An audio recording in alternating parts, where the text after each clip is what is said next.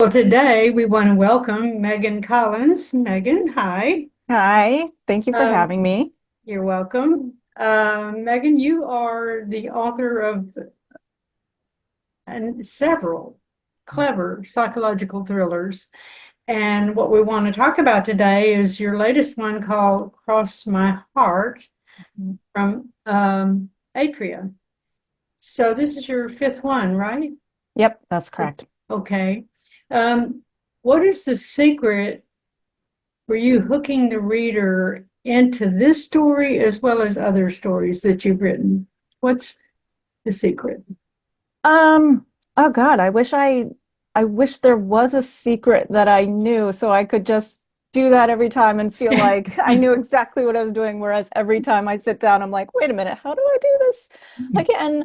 But I mean, for me, really, I always try to start the story, as close to the action as possible, as close to the thing that is going to change the protagonist's life and send them in a new direction. And for this story, Cross My Heart, that was with my protagonist, Rosie, starting to communicate with Morgan Thorne, who is her heart donor's husband. She had a heart transplant, and she has discovered this service called Donor Connect, um, where transplant recipients can communicate with the family members of their donors and get to know them and all of that.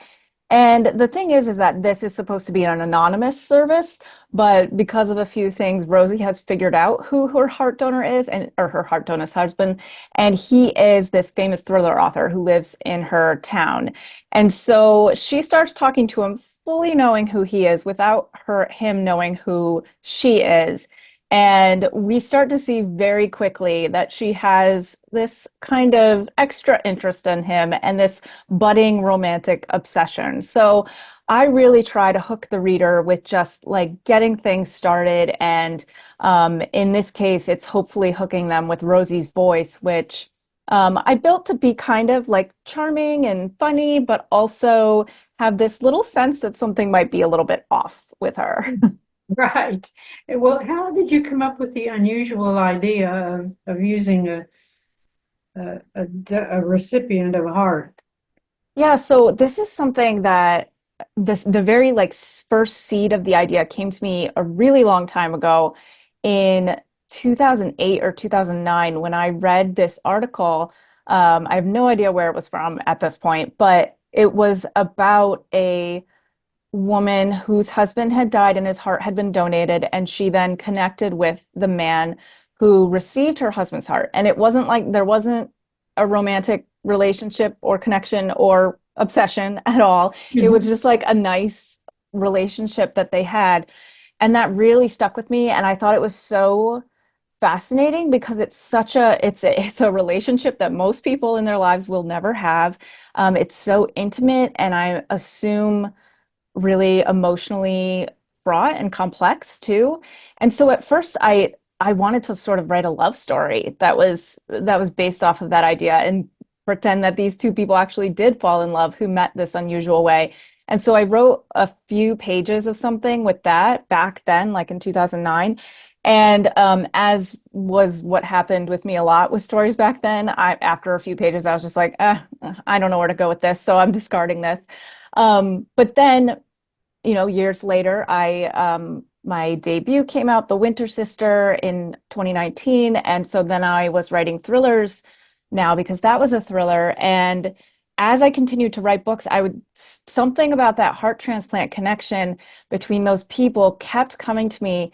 And at some point, I had an idea of how I would turn it into a thriller instead of a love story. Then I thought of some really fun twists that could happen. And that was when I was like, okay, I really want to do this. And there are a whole lot of twists in this storyline. Yeah. Definitely keeping readers on their toes. Yeah. I won't say what twist, but Hmm. a whole lot.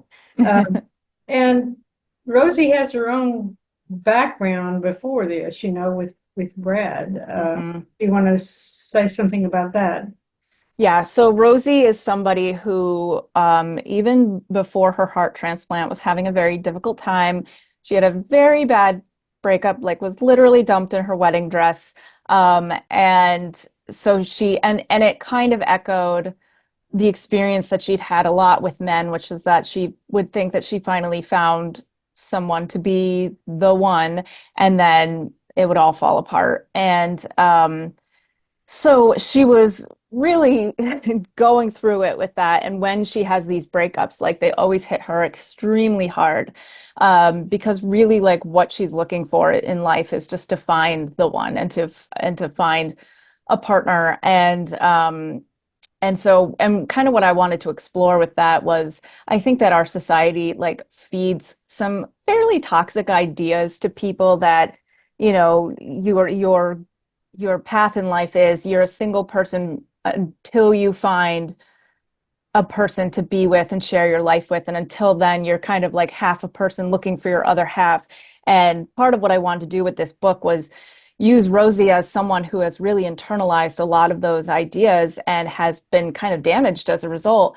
And hopefully, in the end, she realizes that you can be a whole person I without mean, finding someone else. I'm intrigued though by how obsessed she is with Daphne, who's the wife, the wife whose heart she carries in Yeah. her. Um, how does she go about investigating Daphne or finding out more about her? So she has to be a little bit sneaky and she kind of fibs a little bit to get some information, but she finds out that this new friend of hers that she has is friends with somebody, works with somebody who was really good friends with Daphne. And so she kind of sneaks her way into getting a conversation with that person. And then the things she learns in that conversation about who Daphne is, what she did for a living that Rosie didn't even know at that time, was kind of more about her relationship with Morgan. That sets Rosie off into then looking into other things that I don't want to say too much because No, I think no, part of the fun is unraveling that. right. But yeah, so then she starts going down this rabbit hole of Daphne. And the reason is because she has heard these rumors that Morgan might have killed Daphne. And Rosie's immediate reaction is like, no, no, no, no, that can't be. Of course he didn't do that. But she's kind of like, well, I'm just going to look into this just to be able to say, like, no, see, of course that's not what it was. Right. What do you think the traits, what traits make Rosie so relatable to readers? I see that was such a tricky thing when I was writing her actually, because I knew that she was going to be a little bit extreme with some things, and I didn't want to lose readers. I needed to have them to still want to be invested in her journey. And so from the very beginning, I wrote her as this person. I always like to say that she has a heart of gold, but she's a little unhinged. She's a good person who makes bad decisions.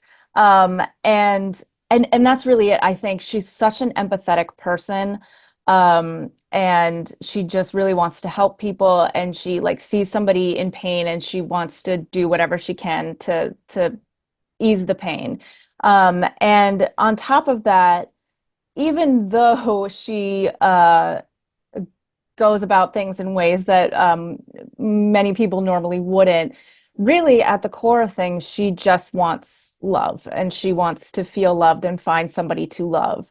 And I think that that's a very relatable thing, even if, like I said, we wouldn't make the same decisions that she makes. Right. Um, you do when you write, do you flesh out character profiles in the beginning? How do you do that?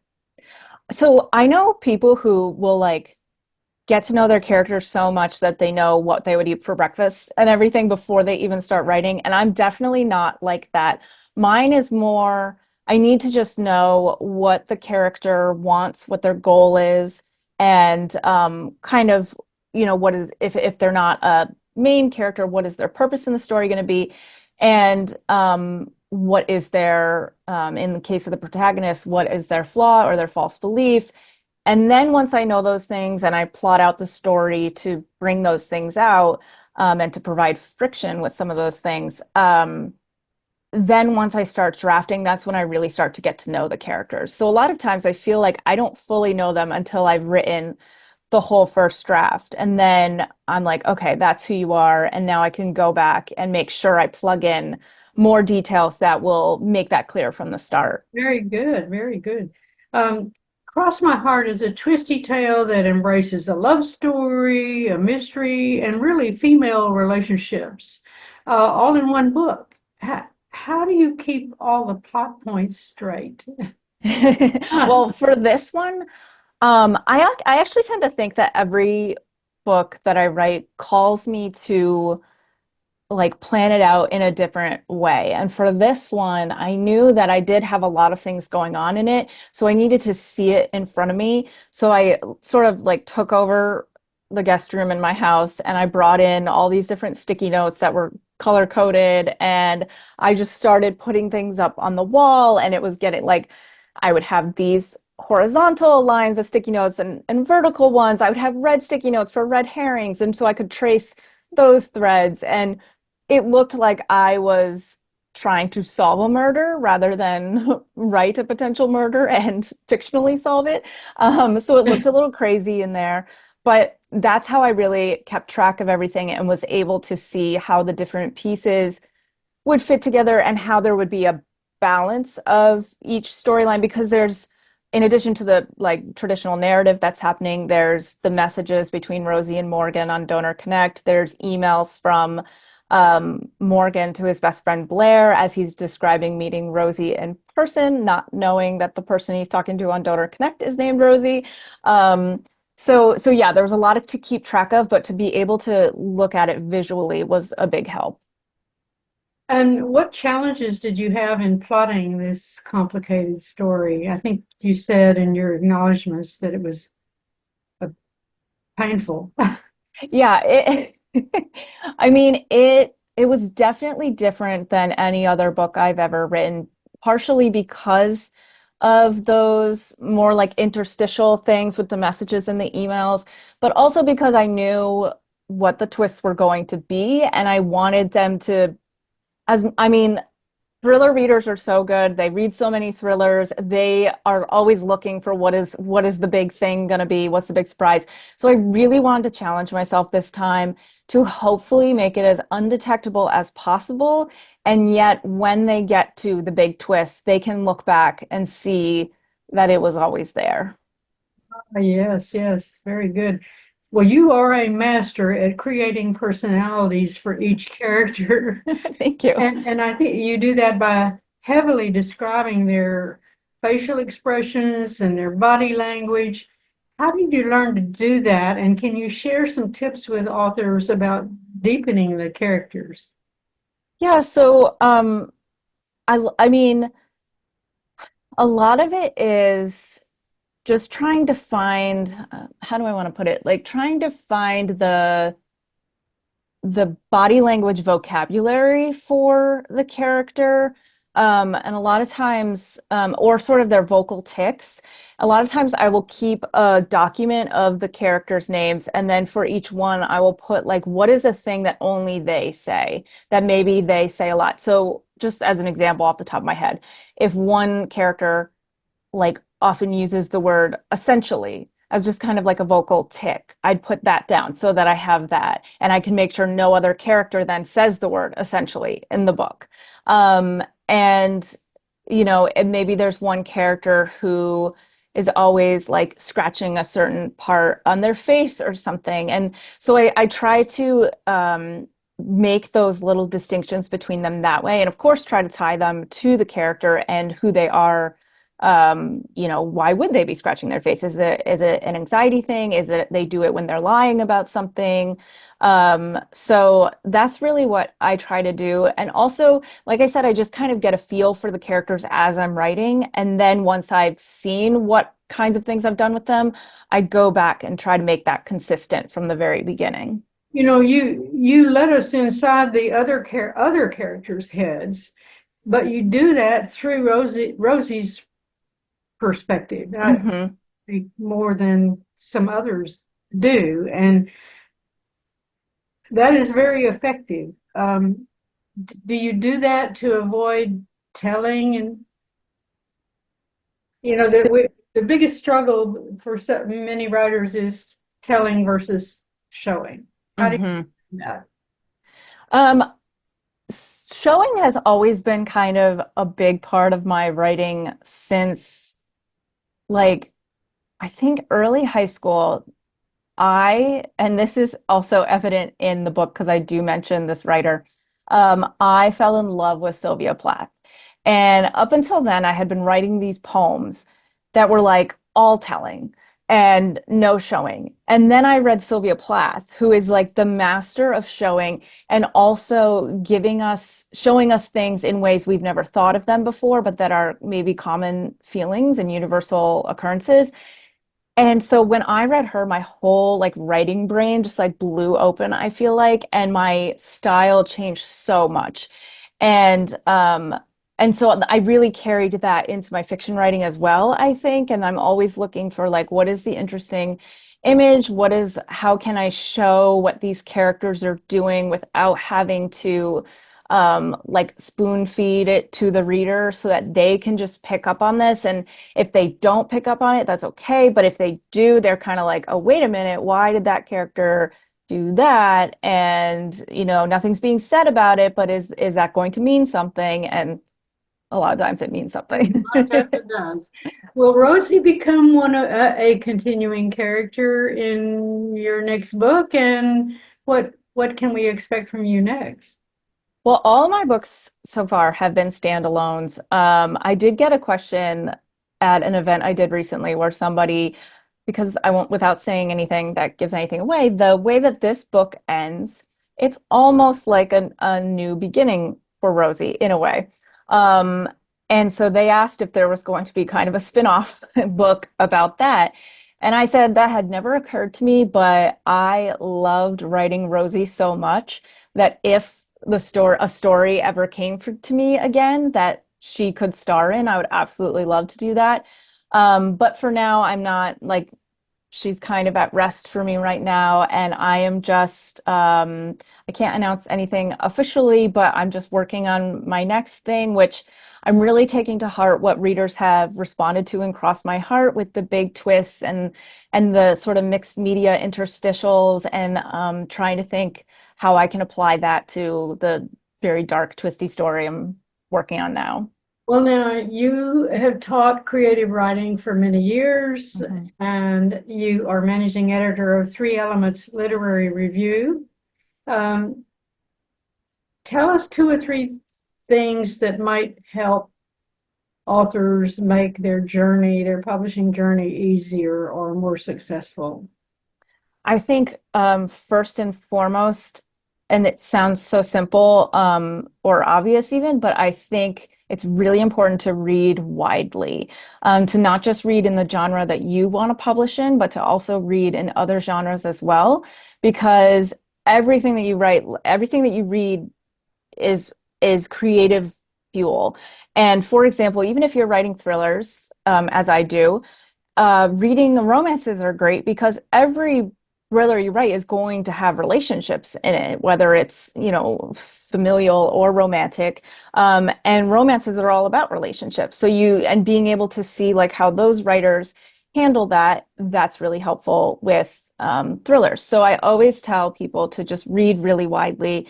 And then if people are really serious about querying agents and trying to get a literary agent, I think the thing to pay most attention to is look at the authors that you feel like your book is similar to, or your type of writing is similar to, or that you would like to be in the same lane as, and see who represents them. And then those would be ones that you might try to approach when trying to get an agent as well. And as just kind of a day-to-day piece of advice, I would say hold on to and make sure you really know what it is about this that brings you joy and what it is about this that feeds you, because the road to publication and even past publication is so bumpy and a huge roller coaster and so many emotions, so many highs and lows that it can start to take away from like the reason you started it to begin, you started doing this to begin with. So I just like to encourage people to really hold on to that and know firmly like what it is about this that you love so that you can always come back to that. Awesome. In your acknowledgments, you say that you're grateful to readers to hear what you have to say. That's beautiful. What would you like us to take away from Cross My Heart? So there's a couple things. One, is the book kind of gets into the label of crazy that is sometimes attributed to women, a lot of times when they are just expressing their emotions.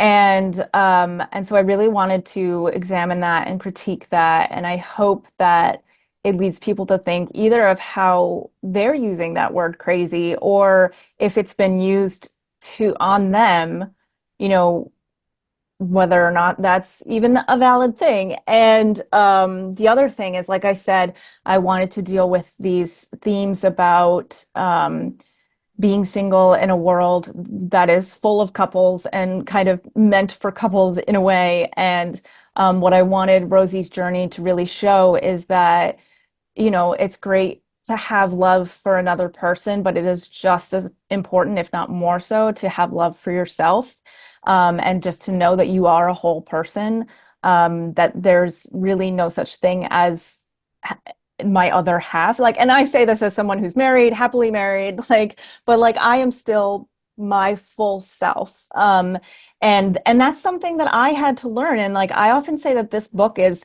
the book I needed to read when I was in like my early 20s, when I was making a lot of bad decisions and you know letting people treat me ways that I would never let them treat me now, just because I thought this is what it is. This is what it is when you find love. And I think we all kind of go through those things.